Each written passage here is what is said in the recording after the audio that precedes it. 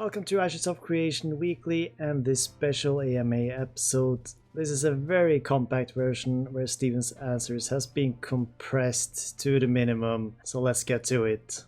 What is your idea for the direction you'd like to take combat, and what are some of the big combat changes you want to test and implement in the future? We're working on how to represent both types, incorporating both tab and action mode together, and the ease of swapping between modes. We have the idea that players can choose to focus on action or tab through the skill tree.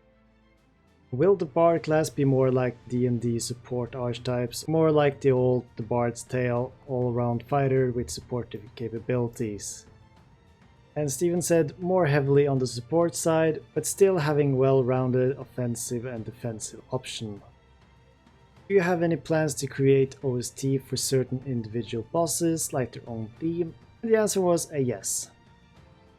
Can you tell us your plans on how the summoner will interact with other archetypes? Based on the class names, we can assume some things, but I think we all want to know. So what was basically said was arguments and skill points will decide the role they play, and it also depends on the summons, and they will be versatile. Any announcement as to who will replace Jeffrey Bard? And Steven said that they would announce a replacement probably after Alpha 1, around the August timeframe. How extensive will gambling be? Tavern games or gambling halls? And will it be done with gold or alternate currency specifically for gambling? So they're thinking about having a secondary currency or using the in-game currency. And the idea behind the tavern games is to create another social interface for people to meet. Will there be difficult content that is made for the more hardcore fanbase for a challenging experience and perhaps cosmetic rewards?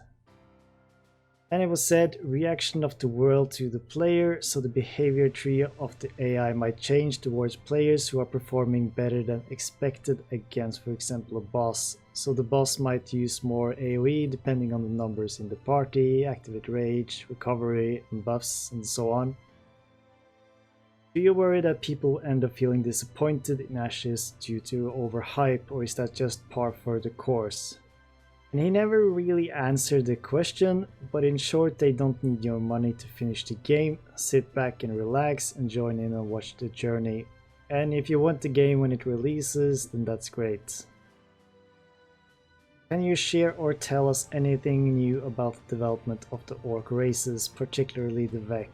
Dying to know what they look like in game.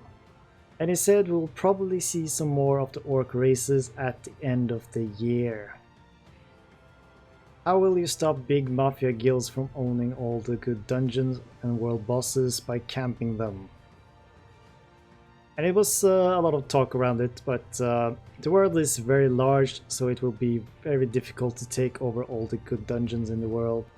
And politic talks, a lot of pseudo factions like the guilds, families, cities, and religion, and intrigues will solve it by itself.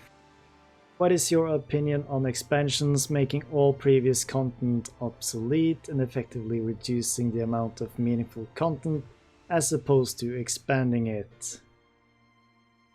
I'm gonna introduce the content through the node system, so you'll have to read up on the node system if you want to know more about that. How can you ensure that open world PvP will not eventually make the game unplayable for small guilds and individuals?